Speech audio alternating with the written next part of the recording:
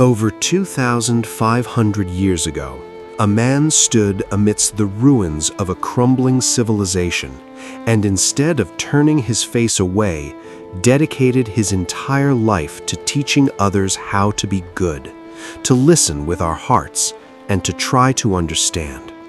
His name was Kongzi, and though the world would forget him in his lifetime, it would never stop needing what he had to say. Kongzi was born in the year 551 before the Common Era, in a small state called Lu, and the world he entered was already beginning to fall apart. He was the son of an old soldier who had once fought with honor, but his father died when the boy was only 3, and the warmth of that protection vanished before it could ever be etched into the child's memory. His mother raised him alone, in a poverty that pressed against every hour of their days. Yet she gave him something that hunger could never take away. She planted in his heart a quiet but unshakable conviction that a person's worth is not measured by the circumstances of their birth. And so that small child grew up watching a society lose its soul, and in the depths of that sorrow, a longing to mend what had been broken took root within him. Poverty in those first years gave him lessons that no palace could ever have taught. He kept watch over granaries. He cared for animals. He labored at tasks far beneath the dreams he carried, and yet he performed them all with a diligence that astonished everyone. There was in this young man a refusal to let humble circumstances make his spirit humble as well. He was determined to bring seriousness and integrity to every task that fell into his hands, for he had understood that honor is not bestowed by others, but earned through the quality of one's own conduct. The child who once herded livestock was already becoming the man who would one day teach kings how to rule. Learning became a refuge and a passion for him at a depth few could reach in that fractured age. He devoured the ancient texts, the poems, the histories, and the records of old ceremonies, seeing them not as dusty relics, but as living voices calling out from a wiser time. Where others saw the past as dead, he found in it a mirror that revealed how far his own generation had fallen. His mind moved ceaselessly between the wisdom of the ancients and the chaos of the present, searching for the thread that could bind the two together. It was said of him that he was not born with knowledge, but that he loved it so deeply he pursued it with a hunger that never once faded across the whole of his life. Music held a place in his heart that surprised those who thought of him only as a stern teacher of ethics. He believed that a well-tuned melody could refine the human soul in a way that reason and argument never could. Once, when he heard a piece of music of great beauty, he was said to have been so profoundly moved that for 3 whole months he could not taste the food he ate. This was not the coldness of a philosopher lost in dry abstractions. It was the deep feeling of a man who understood that goodness and beauty forever touch one another. For him, to cultivate the self was as much an art as it was a discipline. Ambition stirred in him early, but it was never that raw hunger for power which consumed so many men of his age. He wished to serve, to hold an office, to carry the bright ideals forming in his mind into the actual governance of a real state. He believed, with a quiet determination, that a ruler guided by virtue could transform an entire people, and that goodness at the top would spread downward like water finding its own level. For years he sought a position where he might prove this, offering his counsel to lords who most often turned their faces away. The great tragedy of his middle years was that the rulers who most needed his wisdom were the ones least willing to hear it. Disappointment shadowed his search for a worthy place in government, yet it never once curdled into bitterness within him. When the leaders of Lu proved unworthy of his ideals, choosing pleasure and intrigue over the hard work of just rule, he made the painful decision to leave the land of his birth. He set out as a wanderer, moving from court to court across the warring lands, hoping that somewhere a prince might at last listen. For more than a decade he traveled through danger and uncertainty, sometimes hungry, sometimes under threat, carrying his teachings like a single lamp through a darkening country. It was one of the loneliest journeys any thinker in history has ever chosen to undertake. Students began to gather around him in those difficult years, drawn by something in his presence that no official title could ever have given him. They came from every layer of life, the desperately poor and the comfortably highborn alike, and he turned away none who came with a sincere desire to learn. This alone was a quiet revolution, for education had long been a privilege the aristocracy guarded jealously, and he threw those heavy doors open to anyone willing to work. He would say that he had never refused to teach anyone who brought even the smallest gift as a token of their earnestness. And so he planted the idea that it is character, not birth, that ought to determine a person's true worth. The bond between Kongzi and his disciples was a tender and deep one, closer to a family than to any ordinary school. He knew each of them intimately, understood their weaknesses and their gifts, and shaped his counsel to fit the singular soul standing before him. To the hasty he counseled patience, and to the overly hesitant he counseled courage, for he believed that wisdom was never a single rigid formula applied to all. When his most beloved student, a young man of extraordinary and gentle virtue, died before his time, the old master wept with a grief so raw that his other followers were frightened by it. "Heaven is destroying me," he cried out, and in those broken words we hear not a distant sage, but a heartbroken teacher mourning a son. At the very center of his entire vision stood a single luminous idea, which he named Ren, a word most often translated as humaneness or benevolence. Ren was not a cold rule to be mechanically obeyed. It was a warm quality of the living heart, the capacity to feel genuine concern for the well-being of others and to act upon that concern. He believed with his whole soul that this was the highest thing a human being could cultivate, higher than cleverness, higher than strength, higher than wealth or fame. To possess Ren was to become fully human, to grow into the kind of person a suffering world so desperately needed. Everything else in his teaching flowed outward from this deep spring of compassion, this insistence that we owe one another genuine care. Beside Ren, he placed a second great pillar, which he called Li, the practice of ritual and propriety that gives shape to human relationships. If Ren was the tender feeling within, Li was the graceful form without, the way that love and respect are expressed through the countless small courtesies of daily life. He saw these rituals not as empty displays, but as the architecture through which a good society holds itself together against chaos. A respectful bow, a warm greeting, a small gesture of deference toward an elder, these were the fine threads that wove separate individuals into a single living community. Without the inner feeling, ritual becomes a hollow shell, but without ritual, that inner feeling has no path by which to reach the world.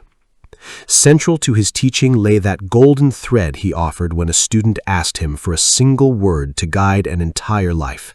"Do not do to others what you would not want done to yourself," he answered plainly. And in that one modest sentence, he distilled centuries of moral reflection into something even a child could grasp. This was not a grand commandment sent down from a distant and thundering heaven. It was a practical principle rooted in ordinary human feeling. He asked people to look honestly within themselves, to sense what they could not bear, and then to spare others that very same suffering.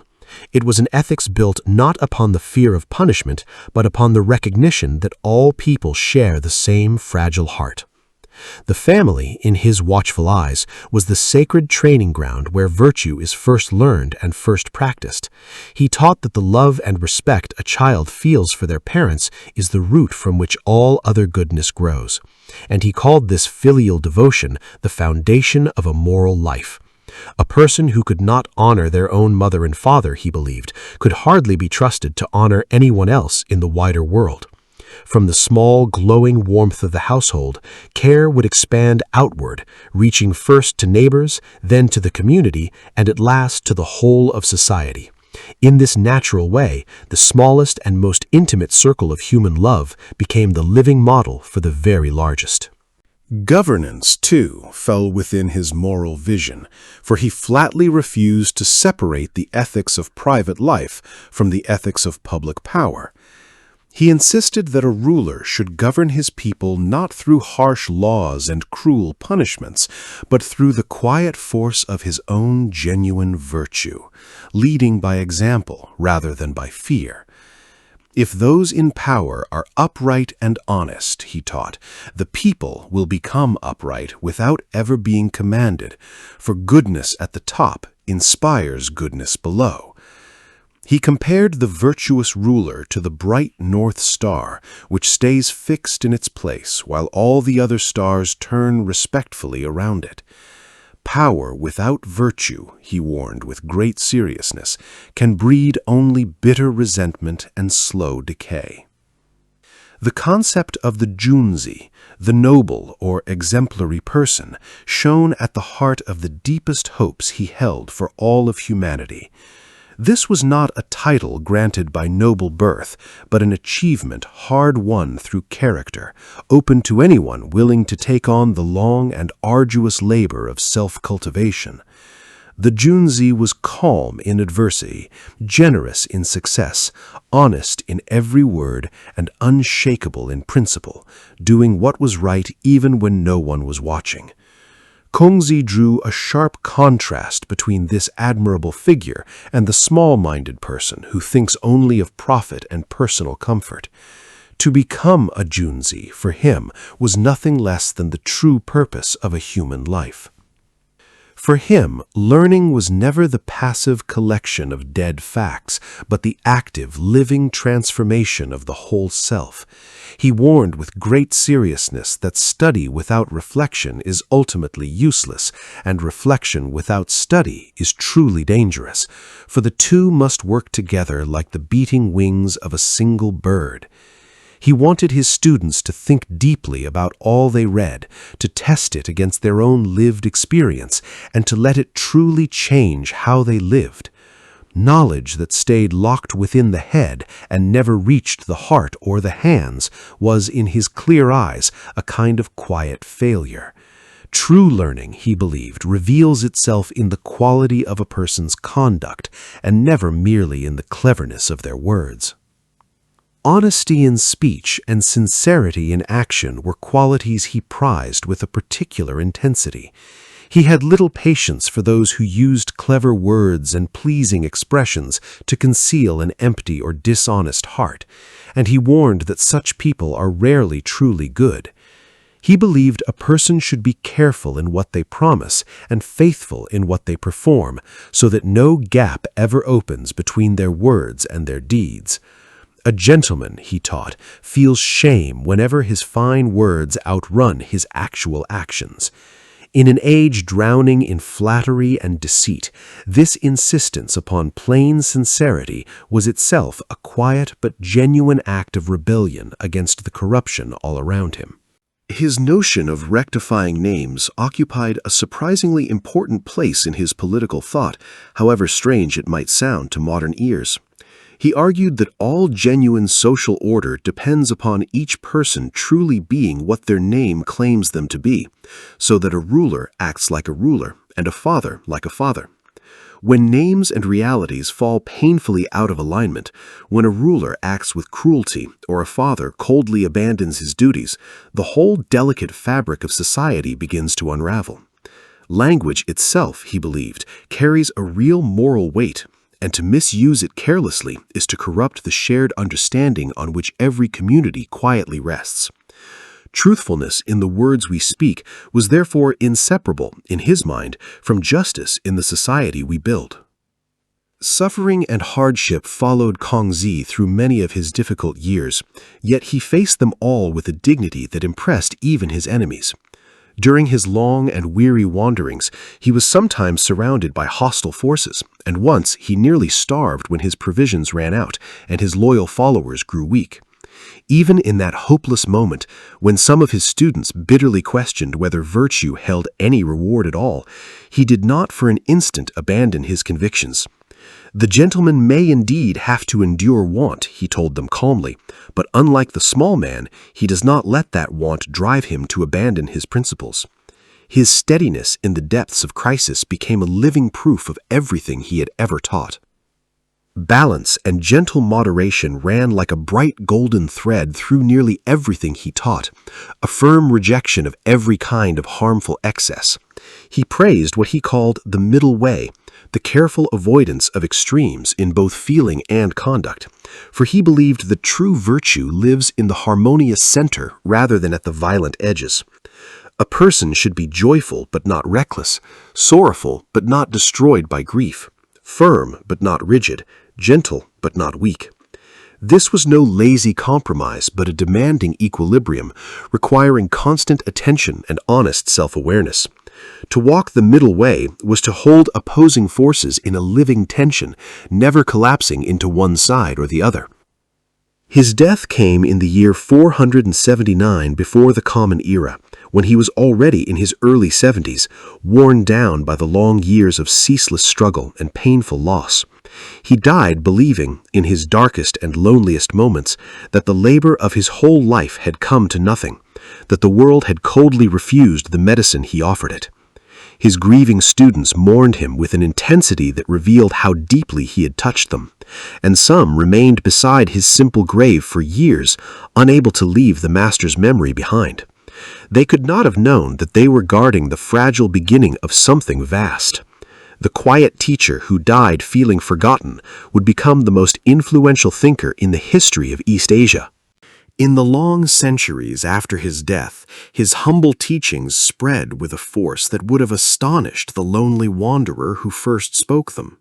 His faithful disciples and their disciples after them carried his precious words across the warring states, gathering his scattered sayings into the treasured collection we now call the Analects. His once rejected vision moved slowly from the far margins toward the very center until whole dynasties were consciously built upon his principles of virtue, ritual, and just governance. The man who could not persuade a single king in his own lifetime came in the end to shape the entire moral imagination of a great civilization. History, it seems, is far slower and far kinder than the impatient hopes of any single life. The great examination system that governed entry into Chinese officialdom drew its very soul directly from his conviction that a person's place should be determined by merit, not by birth. For nearly 2,000 years, ambitious scholars across a vast empire studied his teachings and were rigorously tested on their understanding of virtue and ancient wisdom.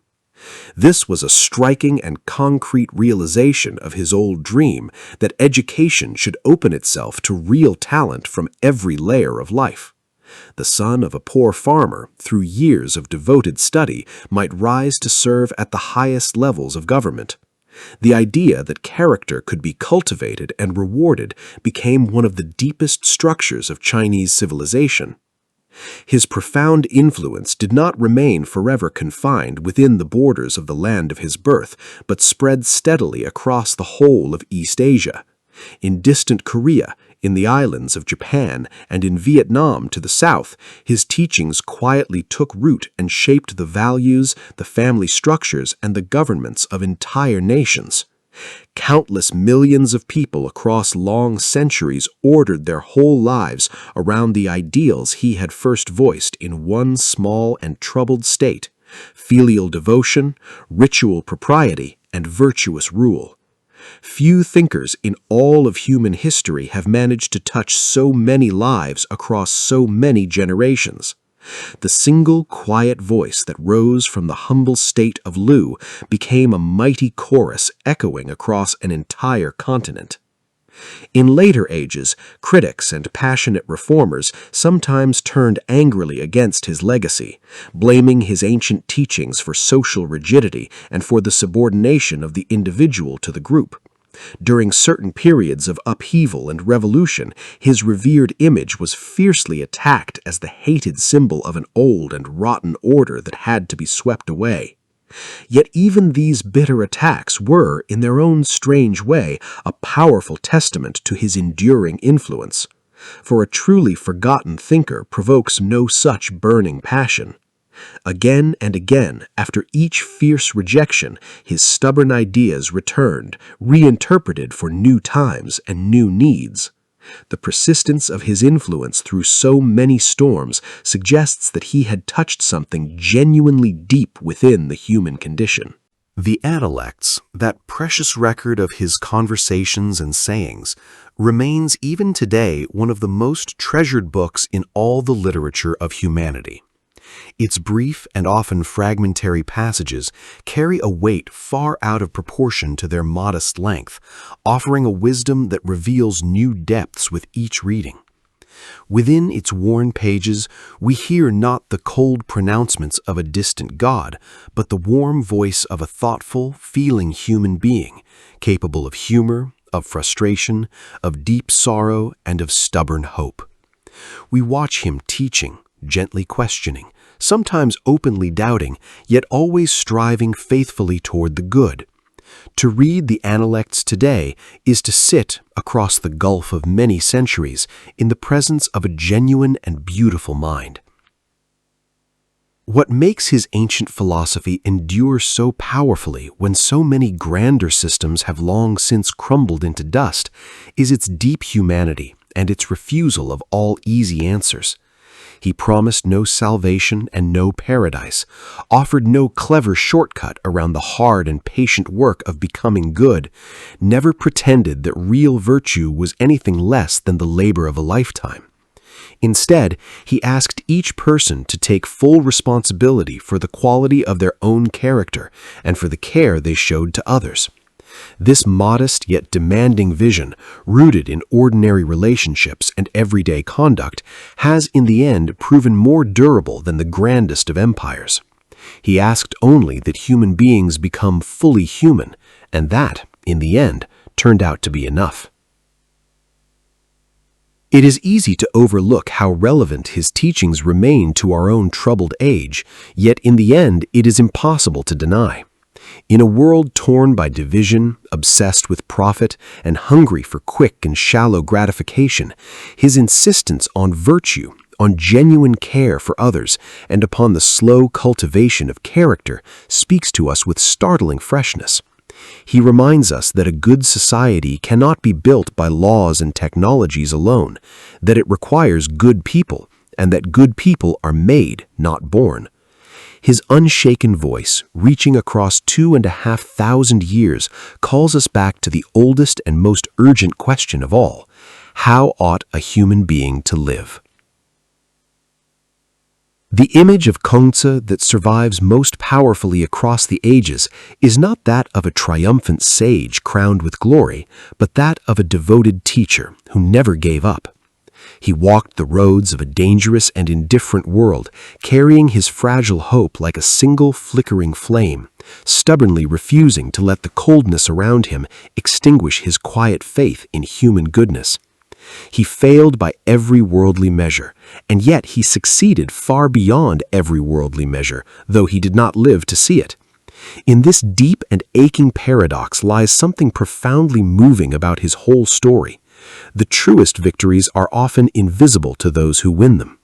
He gave everything he had and asked in return for nothing but the chance to make people better. The tender love his loyal students bore for him tells us as much about the man as any of his doctrines. They lovingly remembered not only his formal teachings, but his surprising gentleness, his sudden and unguarded bursts of feeling, and the patient way he adjusted his manner to fit each different person before him. They faithfully recorded the moments when he laughed with joy, and the painful moments when he openly wept, painting a portrait not of a cold marble statue, but of a living, breathing, vulnerable human being. This is perhaps his greatest teaching of all, offered not in words, but in the example of his own dedicated life. He showed the world that a good person is not one without feeling, but one whose feeling is rightly ordered. Kongzi died believing himself a failure, an old and weary teacher whose warnings had gone unheeded and whose dreams had crumbled into dust. And yet the slow passage of time has revealed him to be one of the greatest and most beloved figures in the whole story of humankind. His life reminds us that the fruits of a truly good life often ripen long after the one who planted the seeds has quietly passed from the world, and that we can never fully measure the good we do while we are doing it. He asked of people only that they genuinely care for one another, honor their duties, cultivate their character, and place goodness above gain. If his story has stirred something within you, remember that the work he called for begins not in some distant future, but in the quiet decisions of this very day, in the small acts of kindness and integrity, through which any one of us can help to mend a broken world.